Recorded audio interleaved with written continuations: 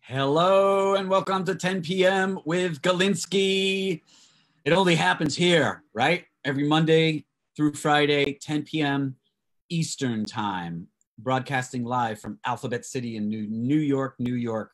Tonight, my guest is the great Larry Fessenden, who is not only the great filmmaker, but also the great friend and neighbor.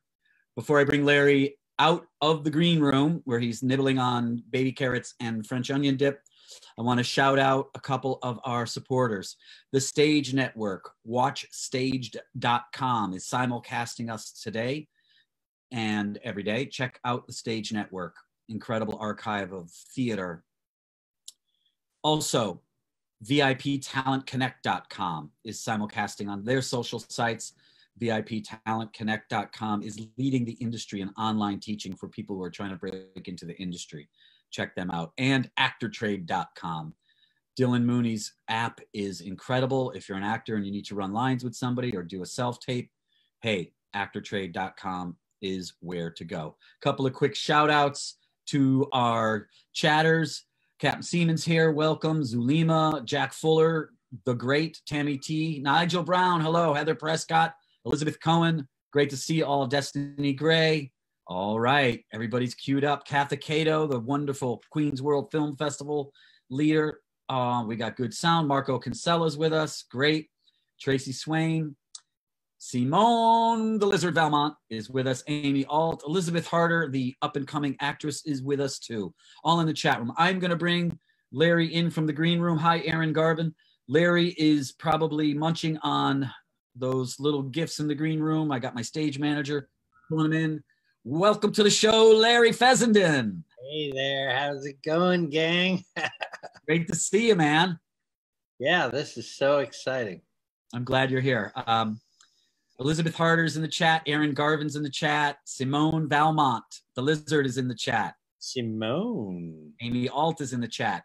Jack Fuller is in the chat, all the way from the West Coast. All right. Hey, Jack. We got a packed house. And I chose this background because, hey, you're the film guy, right? So why not? Hey, what are you going to do? Come on. So let's start off with something really fun. You were inducted into the Fangoria Hall of Fame. And I'm curious, was this induction, were you shocked, surprised? Was it a goal? Was it a dream? Or was it just another cool little accolade that comes along with your career? No, it was fantastic. You know, I read Fangoria since I was a kid. But the thing I have to say is that there was no ceremony. There was no event. So honestly, it was just one of those things I just found out randomly. And now it's on my resume because I'm very, very proud. But it was oddly not a big event. I wish there was a bunch of fanfare like when you're the big event right there. You holding the Hall of Fame. This is me. When Fangoria was rebooted very recently, I was in the first issue, so that was a great honor. And I've been in several of the older issues. So love Fangoria. Tammy T but says they can't afford the the event. So what can I tell you? What are you gonna do? Hey. What are you gonna do? Tammy T in the chat says, hello, Larry. Tammy T. Yeah. Nancy Lynch, Mark Schumann just showed up. Mike Franzman, Wayne Simmons.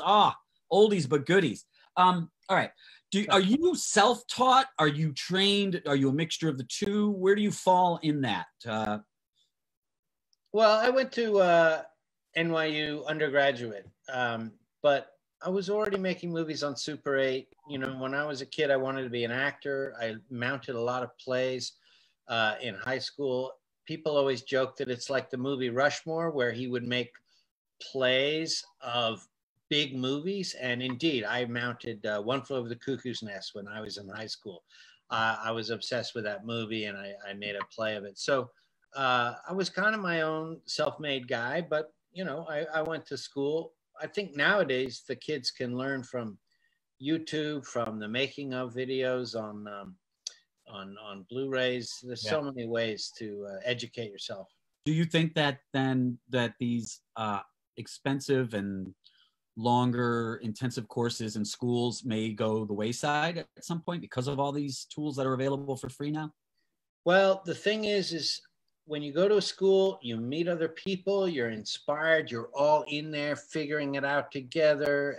You have to learn ultimately how to work with other people. It's not enough to just self-taught through YouTube. So that's probably the value of school. I don't know if it's worth the tuition money, but you know, this is the deal. In the end, it's just like when you're a parent, you have to send your kid to school so they learn to socialize. Yes. So ultimately, the artistic endeavor, at least filmmaking, is a community thing. So you have to learn to socialize. Got it. However that happens. Little shout out from the chat. Mark W. Schumann says, Yo, Mark W., what up? He says, fun fact, my kid just got his film and TV BFA from NYU a year ago. Nice. NYU's cool. I mean, you know, you can bitch and moan about all these institutions, but a lot going on there, a lot of great equipment. I went there, as I say, undergraduate. I don't know about a graduate school. That's a whole other thing. But undergrad, I was hip to the video department in the 80s. I learned so much. Nobody used video. They didn't know what to do with it. I learned how to make movies with this no budget format. Yeah. I got a lot out of going to a school, and you know, I guess the diploma means something to someone. It means something to someone. It better mean something to the kid, because dad probably paid for a lot of that. Yeah. I gave my diploma to my parents. I said thanks. Yeah, see, there you go. It sounds like it's important. And again, like we have a lot of students watching and in the chat and watching right now.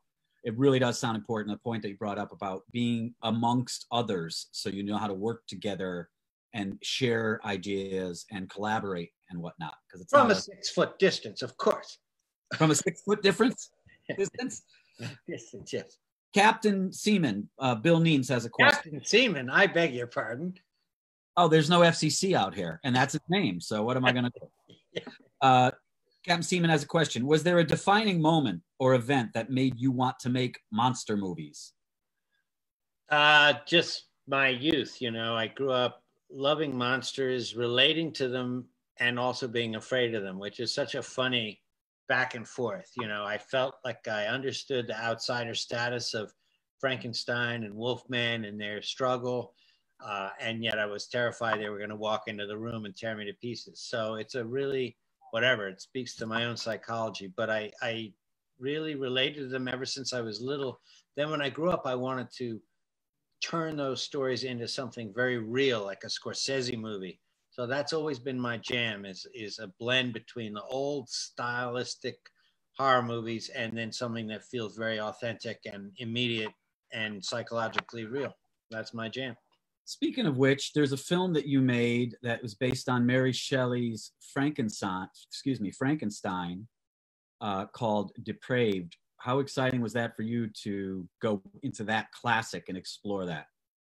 It was a lifelong dream, although, you know, all my movies are somehow a lifelong ambition. But the Frankenstein story was something I've always loved, and it was great to try to put my version of it, once again, just what I've described, sort of making it authentic and real and in the moment. I use the idea of a PTSD soldier returning from the wars in Afghanistan and Iraq, and he comes back and he sure knows how to help people stay alive. And so he's sort of obsessed, and that's the premise. So it's a modern take on Frankenstein, and I've got a creature, fantastic actor played the part, and yeah, so check it out. Depraved. Depraved.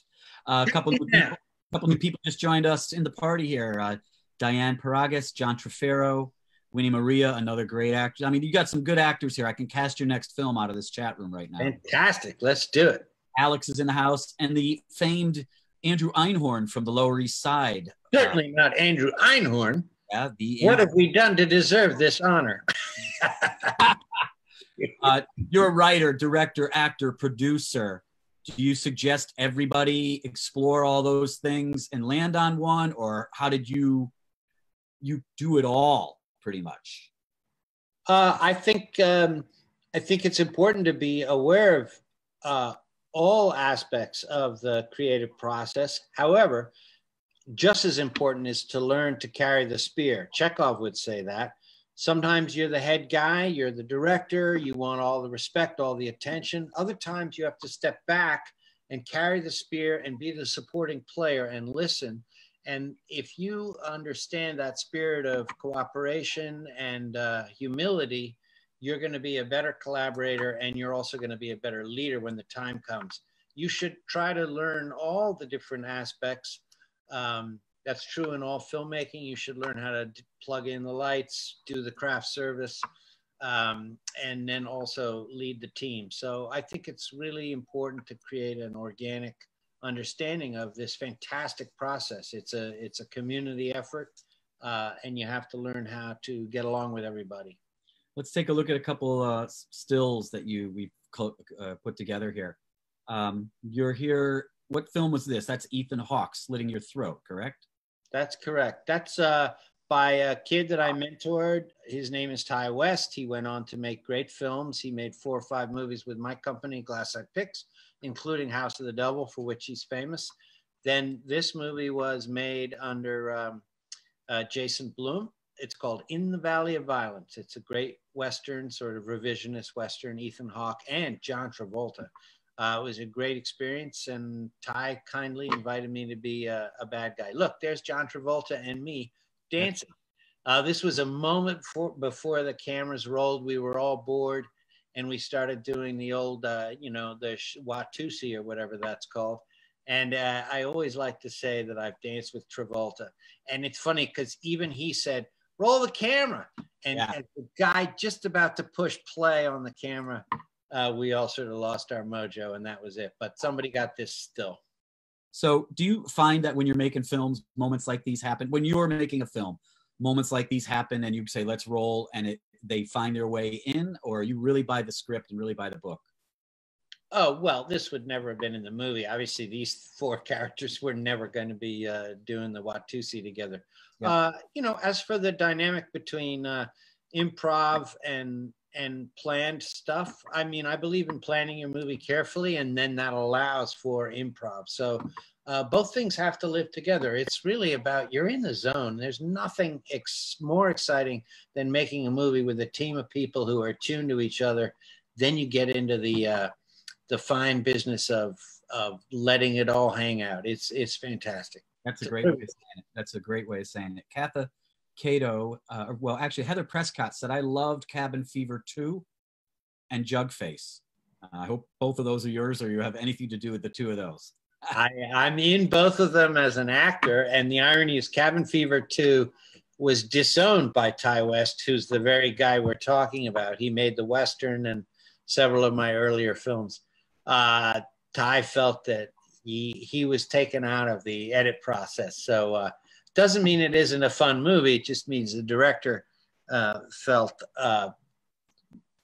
depressed.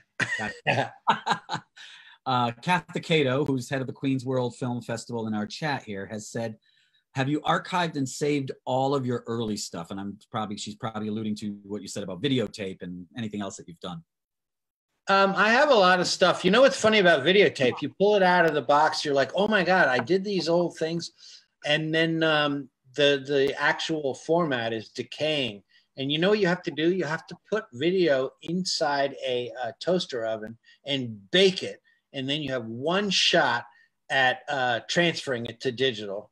And it'll either work or not. So it's a very dramatic thing. And, I go into the archives now and again, and I say, let me see if I can pull this out. But where did you come up with this bake technique? It's not mine. It's what they do professionally. What can I tell you? I don't know about the profession. Hey, I don't want to give too much credit. All right. Patricia Whitcast just joined us. Great friend of mine. Great. Oh, Patricia. Yeah. Your ideas. What's one of the ideas that you have for your next dream project? I'm sure they're all dreams or inspirational, but what's one of those that's out there, kind of like the Frankenstein one? What's one out there on the horizon or in the back of your mind? You're thinking, God, it would be great to make this or remake this or go for that, Well, there's so many levels. You can look out into the wilderness and say, I'd like to make Creature from the Black Lagoon, and what would that take? So much Hollywood bullshit. So, but I am going to make a werewolf film next, because I'm sort of determined to put my stamp, low budget stamp, admitting my place as a humble member of the, the hierarchy of Hollywood. But so that's what I'm working on now, and I hope to make it. And I'm just not going to dick around and wait around for the big bucks. Is that kind of a conscious choice anyway, though? I mean, you're making it sound like you're, low level. It's like, it seems like this is the aesthetic that you like to work within. I mean, not that you all this. Yeah, no, I appreciate that. It's the aesthetic, but of course, I grew up on loving Scorsese, even Spielberg, Hitchcock, Kubrick. The greats, and they all managed to find their niche and get financed. Though there's much heartbreak with even the greats. Kurosawa was miserable and had to be rescued by Coppola and Lucas in his late years. So that's all fine. But my life story, I've just remained sort of an independent guy, and I'm happy. You have to know your station and work with it. And I don't mind. As you say, it is an aesthetic as well. I like the hands-on experience of making a film. I can tell just by being your friend and listening to you and feeling your excitement, and then seeing the films. You embrace it. It's great. You're an East Coast guy too. So what are some of the reasons you're not a Hollywood guy? What are some of the reasons you're an East Coast guy? Is it just because this is home, or is that, there's a big difference between the West Coast and East Coast when it comes to making films and theater? Yeah, I mean, I do feel I sort of mistrust the glitz in Hollywood. I have a number of friends who moved out there, and I think they did the right thing. It means that you're more available for a meeting, and opportunities may, in fact, sprout from that. But I'm also just a citizen living in the world, and I like the East Coast. I like the change of seasons. I'm just a homebody, I'm very humble in my aspirations toward. Speaking of being a homebody, you throw an incredible Christmas party every year. Yeah, incredible. And you guys do a puppet show. And if anybody is ever lucky enough to be invited to this party, there's out in the hallway, there's an entire little set up with these puppets, and it's funny because some years the puppeteering is brilliant and the mouth matches the words and the body moves the right way. And then sometimes it's brilliant because the mouth doesn't match and the body's doing something that, it wasn't really in the blocking. But I love that consistency. And I love what you just said, citizen of the world. I feel the same way about what I'm. Zero Boy just entered the chat room. Oh my God. Zero Boy, we have a long history. And of course, a camaraderie with our old pal, David Leslie, who of course, that's probably why I know you, Galinsky. That's right. By the way, audience, Zero Boy is Joel Bloomsack on Facebook. Check out his page. He does a show now, the COVID Cabaret. I think it's once or twice a week on Facebook Live. So check it out. DeLorean's with us. Ms. Queenie Diarra just showed up. Tammy T is just loving the show. So another question for you. I want to go to a photograph here. We'll go past John Travolta and the dancing. This is you in one of the more tropical settings that you've chosen for your film. Talk about what it was like to shoot out in this. So I made a movie called The Last Winter. We shot in Iceland. It was playing as Alaska. We went to Alaska and we just found there wasn't a good crew support system. Iceland was fantastic. Great crews. I love these guys. They're Vikings. There's no complaining. There's no craft service. It's all about the work. This was a movie called The Last Winter, and it stars Ron Perlman, Connie Britton, and James LeGros. And that was me in the middle of absolutely nowhere, and I loved it. I feel like every movie, the setting is one of the characters, and in this case, I wanted to tell that story in a remote Icelandic place. This, on the other hand, is my Frankenstein story, and that takes place in Gowanus, Brooklyn, also a character in the movie. And the whole idea there was like, what if somebody made a Frankenstein monster just like in a loft right here in our beautiful city. So that was the conceit of that film. Austin Branda in the chat said this could be an awesome time for creativeness. I agree with. That's correct. Austin, all times are a great time, but this is a time to sort of get your head together, get into a Zen place, think about what matters.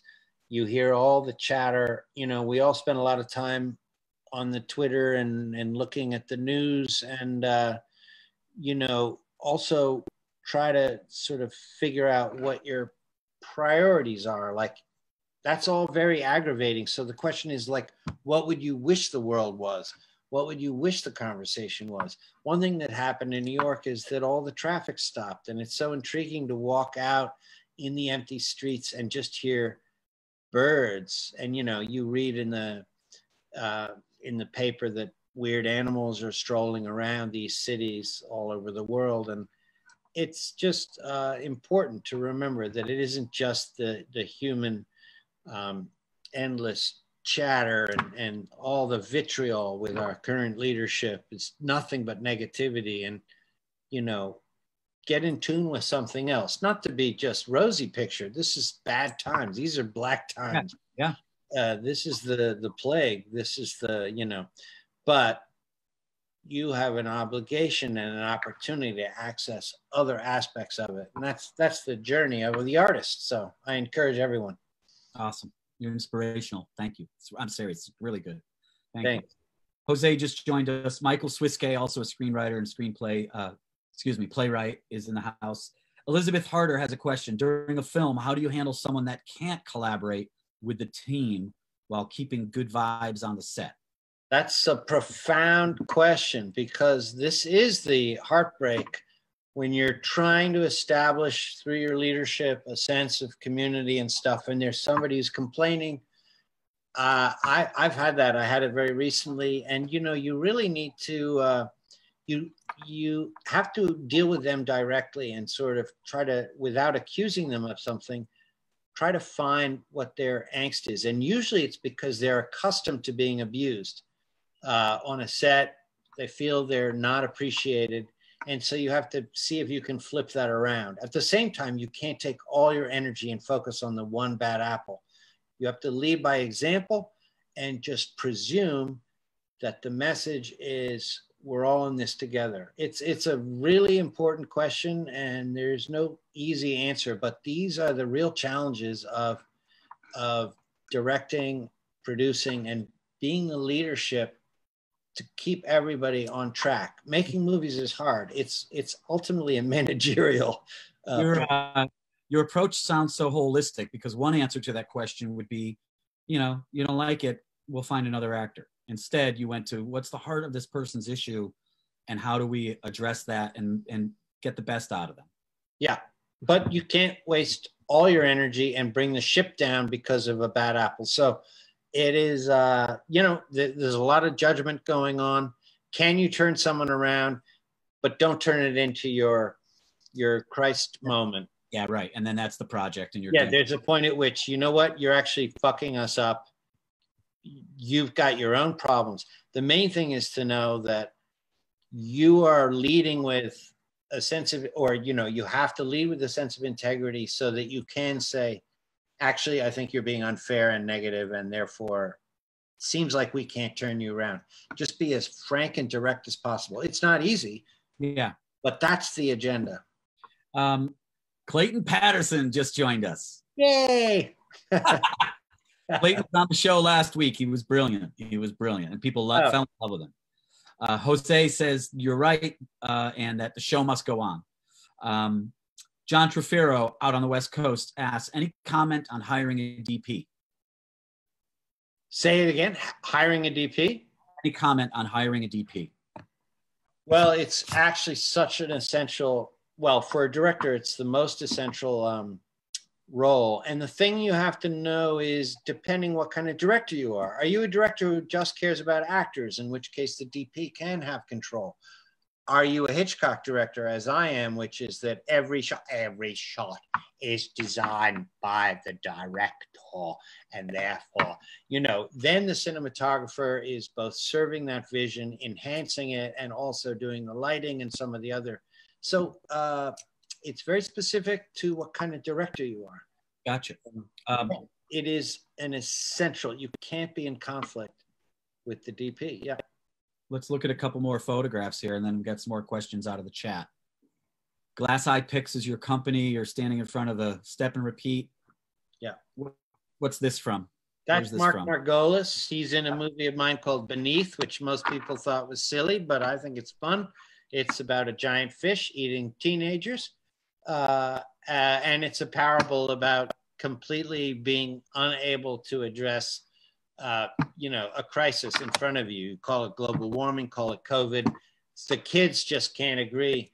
And Mark Margolis is obviously from the stable of Aronofsky, and he's a wonderful New York actor. So we had a lot of fun having him on board. And a lot of things. And you got a great smile there, which makes me want to ask or bring up.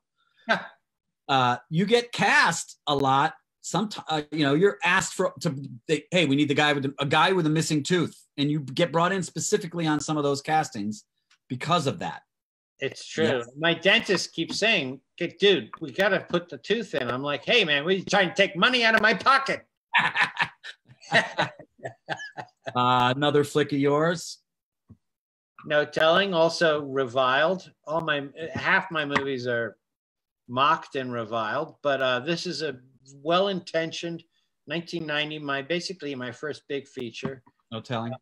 About animal experimentation and pesticides. You know, my movies have a whiff of activism in them, but I always say it's because this is the stuff I take seriously. This is what I feel heartfelt. Yeah, it's your work. The way humanity is destroying nature, I just find it bewildering. So those are my personal films. They're not political. They're And where's this one from? What's this still from? That's No Telling as well. That dude has been tearing up animals and sewing them together, a dog and a calf. Habit. Habit was the movie that put me on the map. I made it after No Telling. I stripped away all the production and I made it for 60 grand on film. So that was cheap in the day. And it's a very visceral, heartfelt, I'm in the movie, that's my ass. And it's a guy who believes his his girlfriend is a vampire. And it's really about alcoholism and subjectivity of life, loneliness. And it's a New York story too. It takes place in the Big Apple. We shot all over this town. Fantastic. A little younger Larry Fessenden here, eh? Oh, fuck you. I'm just, come on. Hey. I'm working on the weight. I'm going to get back to that. That was a compliment. That wasn't meant to be arrogant. There's The Last Winter with Ron Perlman. There's Ron Perlman. You've got quite a friendship with him, yeah? Yeah, Ronnie's awesome. He's been in a couple of my films, and we have always aspired to keep working together. He's done some radio plays. He's a real pal. When I was in LA, to hang out with Ron. You know, you go to a bar with Ron, like, you know, the Bowery Bar on 4th Street. And it's just so fun. You know, he and I are having drinks and chatting and having the best time. And it's just so fun to see the parade of people, selfies. And he's really generous with his fans. I saw him when I was in Los Angeles. I was at a burlesque bar. Yeah. He was there and it was packed, crowded, loud. And I saw him and I slowly moved over toward him and leaned in with my drink. And he was looking at me like, what the F is wrong with this guy? And I go, Larry Fessenden says hello. You know Larry? Oh, how do you know Larry? Oh, Larry's great. I love Larry. You know, so he was really sweet. Mentioning him. Oh, that's lovely. Good. Golden Ticket. Is this Beneath? Yeah, that's Beneath. That's The Boys. And yeah, it was, I liked that movie, but it was, you know. We're going to go rent that. It is 10:30. That means our show is over unless you and people in chat they throw some hearts up. And are you open to staying maybe for 5-10 more minutes? We'll do a little I overtime. got nothing to do, man. I'm in lockdown. All right. Well, best way to do that is to start off with a little game I call 5 objects. So I've chosen 5 objects that you don't know about. These are things that, because I've been in quarantine and walking around my 4-room apartment for the past 2.5 months, I didn't know I still had that. What the hell do I have that for? Oh, thank God I still have that. So I'll just show you an object and you'll comment on it. Gut reaction, your feeling, your thoughts. All right? Go for it. Here we go. A leather cap. Well, it's funny. It reminds me of my pal Nick D'Amici, but it's very New York. I like it. All right. A rhinoceros. Oh, that's fantastic. There are very few left. I'm glad you have one. It's protected here. That's fantastic. These are all random, by the way, so none of them are intended to have any other meaning. And it's fun just to see you as our guest and how you react. Well, that makes me think of our mutual pal, David Leslie. I mean, I know there's so much love for boxing. Yep. But my associations with our performance pal, David Leslie, the Impact Addict. Always important to have a smooth bottom, whether you're baby or not. That's the last one. Here's the last one. Didn't something go wrong with, well, there you go. It's also important to protect yourself and to, I assume that's sharp. That's the big problem with knives in New York. This is a beautiful knife a friend of mine gave me. It's like the handle weighs about 3 pounds. It's wonderful. And do you use that nightly to slice your onions? I cut everything with it. He also gave me the diamond encrusted thing to sharpen it with. It's fantastic. It's incredible. I love to cook and I love a sharp knife, and it's very rare. In our house, they're just like spoons. You're trying to get through the tomato and it's a disaster. That was my 5 objects, and I asked you to pull out just one to surprise us with. And let's see, what did you pick? I mean, it's not random. It's quite specific. Okay. This is, wow. So that reminds me of an unrestricted autopsy I got to witness once at Bellevue Hospital. That's upsetting. It was brilliant. Tell us about the piece. What is that? So that's from, I was in the Jim Jarmusch movie called The Dead Don't Die. And there was, my character gets eaten by a zombie, and then I come back as a zombie, and I'm wandering off into the distance. And Jim just thought it was so funny that my ass and my back were all eaten and exposed. But what was funny is that, you know, it's a Hollywood, well, it's a $10 million movie or whatever the number was, but anyway, they were throwing these out every night. So they spent hours and hours and hours gluing it to my back. This guy, Mike Fontaine, a lovely, fantastic makeup guy, cream of the crop in the East Coast. Anyway, I just thought it was funny. I said, "Can I have that?" He was throwing it in the garbage. Incredible. Yeah, that's great. So we've got a couple more questions here. Would internships to build a post-production team to start editing a critical documentary that is so relevant to where we are today? Rob, maybe this is an offline question to answer. It sounds like it, because it doesn't really make sense to me. And there's no name there. So yeah, email it to me, galinskynow@gmail. Turner Stort has a question. Any thoughts on indie filmmaking post-pandemic? Well, we're all going to figure out how, you know, to make movies. There's a lot of discussion going on between producers and people. Some are my friends, and I get dispatches. There's a lot of the sense that you'd be tested in order to work together. That's going to be tough for an indie film because, you know, who can afford this? At the same time, indie movies are small. That's what's fantastic. It's a small group of people. So, no, I don't have any idea. It's all such a mystery. But indie film is ready to go as long as people are responsible. I think it can happen because it's a smaller group of people, 20 people, 30 people. Zulima has a question. Hi, it's so fun to meet you here. Where do you live? Where do you live? And do you mentor aspiring filmmakers who are starting out? It's a long question. I'm 47, so school is not out of the question, but regardless, I've been advised to try and get on film sets for practical experience, and I'm currently an AP in a very small film being filmed in New York. How would I apply? I produced a successful play in Miami, but that was only 4 years ago. I discovered my passion. So I guess maybe the point here is, how does she connect with you? And maybe I can make that connection for you. I know this woman, Zulima.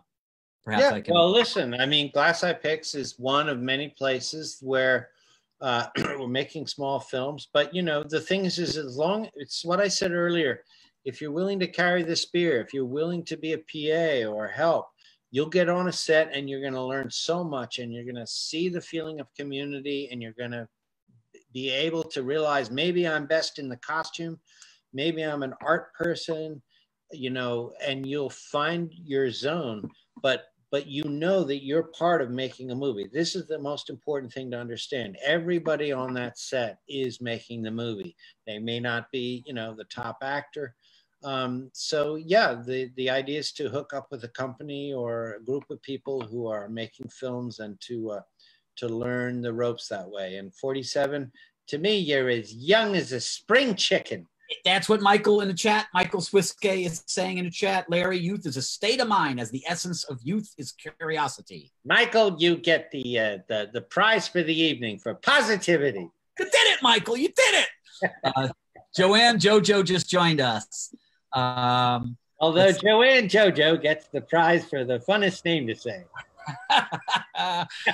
Clayton Patterson says, keep going. That's actually Jojo Joe, if you think about it, because Joanne, short for Joanne is Joe. So that's Jojo Joe. Triple J in the house. Yo. Triple J. Clayton Patterson says, lockdown, keep working. Andrew Einhorn says, go to 11. I guess they're liking what you're saying. I am too. Let's see. Is that 11 on the volume dial? Like, He's also said he's a Trollabite from a long time ago. Trollabite. Becky Savell is in from the West Coast. Thanks for being here, Becky. Has the, let me see, your wife does also some brilliant work. Can you tell us a little bit about what she does? Beck Underwood. She is primarily an animator now, but she used to production design a lot of our early Glass Eye movies. And but more remarkably, she does animations for individual music videos, and she also hosts the Creepy Christmas Film Festival, which has gone on for 2 years over a 10-year period. And that's 24 little individual films made by a diverse amount of animators and filmmakers. So she's just an all-around rapscallion. That's her in the middle. You can tell she's just nothing but trouble. And that's one of your other greatest productions, your son. You're and her son. That's the kid on the left. He's already a filmmaker. He's made a feature film when he was 16, and it got distributed, and now he's made another one, which we're in post-production on. So we all have fun making movies together, and sometimes not, you know. And when I go to your house, when I go to the house for the party, the Christmas party, it's also wonderful because all of Beck's little miniatures, monsters and settings and shadows and trees, they're all over the house. It's like a museum. It's beautiful. It's incredible. But she's also, as I say, she's responsible for sort of the look of our world. You know, she loves used things and garage sales, and she just has a great knack for all that sort of thing. She's the one sewing our masks during the coronavirus, and I can just tell you they're fabulous. I mean, honestly, they're fantastic. So we're very fashionable during the pandemic. Anyway, she's a consummate artist, done many things, worked at the Girls Club now in New York City, works with them teaching animation. She does just an array of things. She had a great children's newspaper back in the 90s. So did you plan on falling in love, getting married, having a kid, and working together as well, that just happened as a beautiful offshoot of the marriage or the love, or which came first? How does that work? Certainly not. I had no plans. I was wed to my alcohol primarily, and she got in the way. No, none of it's planned. You drift towards what feels right, you know. Speaking of drifting and alcohol, he's no longer the impact addict, David Leslie. So I think that our chatters are all just like really still hanging in there and excited. We're going to wind down. Captain Seaman Bill Neems asks, can I carry a 6-pack instead of a spear? Bill Neems?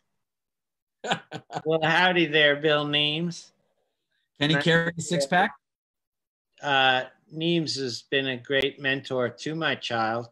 Taught him a lot about construction back in the old days, and electricity, I might add. When my kid was very little, Neems was around and helping us rewire the house that I'm now taking shelter in. And my little kid was quite inspired by these two dudes, David Leslie and Neems. And they're both inspiring guys. Yeah, and they taught my son Jack all about how to build stuff. So this last image we'll look at is the Creepy Christmas Festival. Tell us a tiny bit about that. And is this one of Beck's pieces? This is, so Creepy Christmas is a celebration of different artists, 24 in fact, or maybe it's 25, but Beck also contributed. This is her fantastic short. And this little creature devours everything in its lives inside of a tree stump. So it's a wonderfully whimsical and slightly nasty little animation. Fantastic. Speaking of eating everything, I just want to give a little plug to my friends who are sponsoring the show by filling my belly. Nuchas Empanadas, incredible empanadas. And they and VIP Talent Connect just last week delivered over 200 hot empanadas to the emergency room workers at Mount Sinai on 17th Street and First Avenue. It's beautiful. Fantastic. Let's see. Zulima in the chat says, and McQueenie says, thank you, Larry and Robert. This was awesome. Zulima says, this has been my favorite show, all of them. They're all great, but this is one that's dear to my heart. What a mentor. And Zulima has been watching these shows with a number of people for the past 3 weeks. Jack Fuller, pretty much in awe, kind of a legend behind many scenes. So great to hear of your life and wisdom, Larry. The missing tooth will bring you even more notoriety for sure. A great trademark. Great night. Becky Savell says, so beautiful. Jose just joined us. I got a question for you. Has this quarantine experience upended your thinking in any way? Do you have a new norm you're taking with you, an old norm you're leaving behind?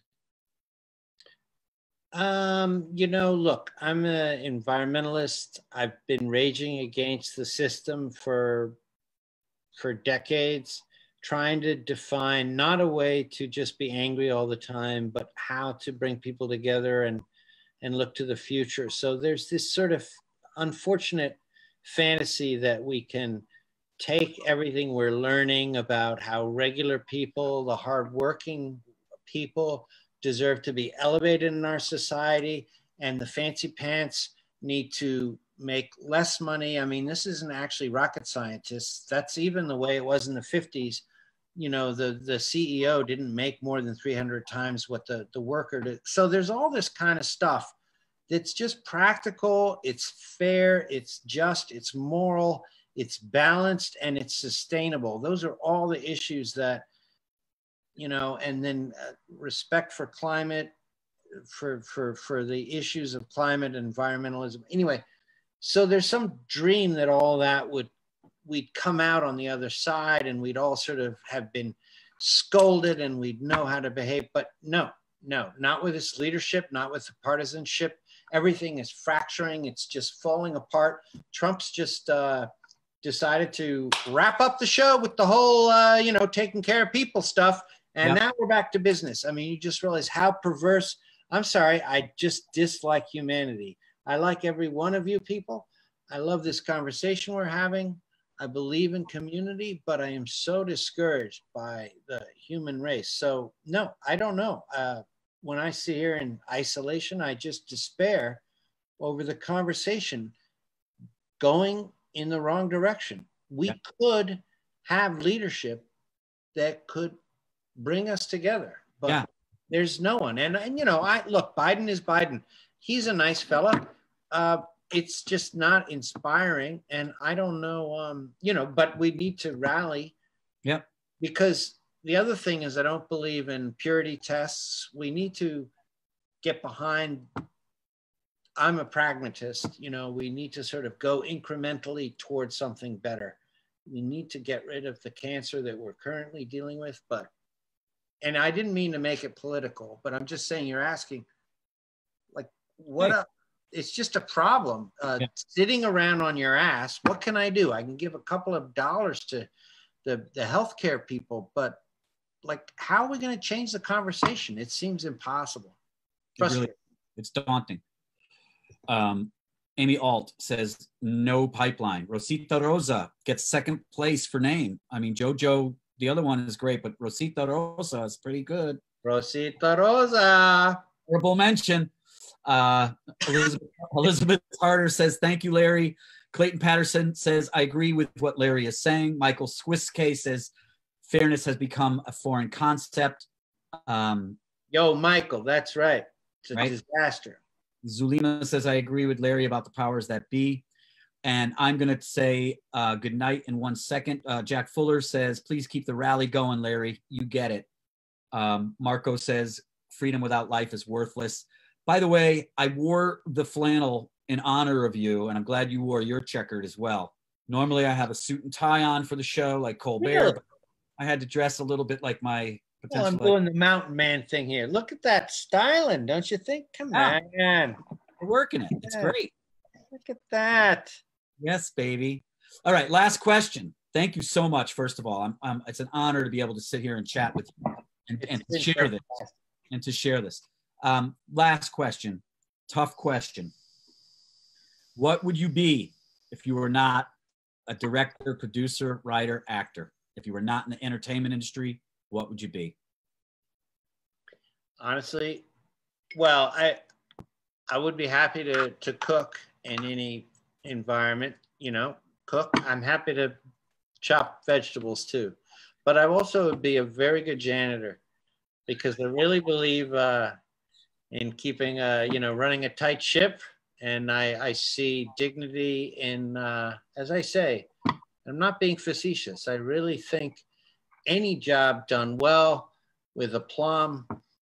When I was a kid, I loved the guy who was the janitor in my school, and I would go down and hang out with him, and he would play guitar for me.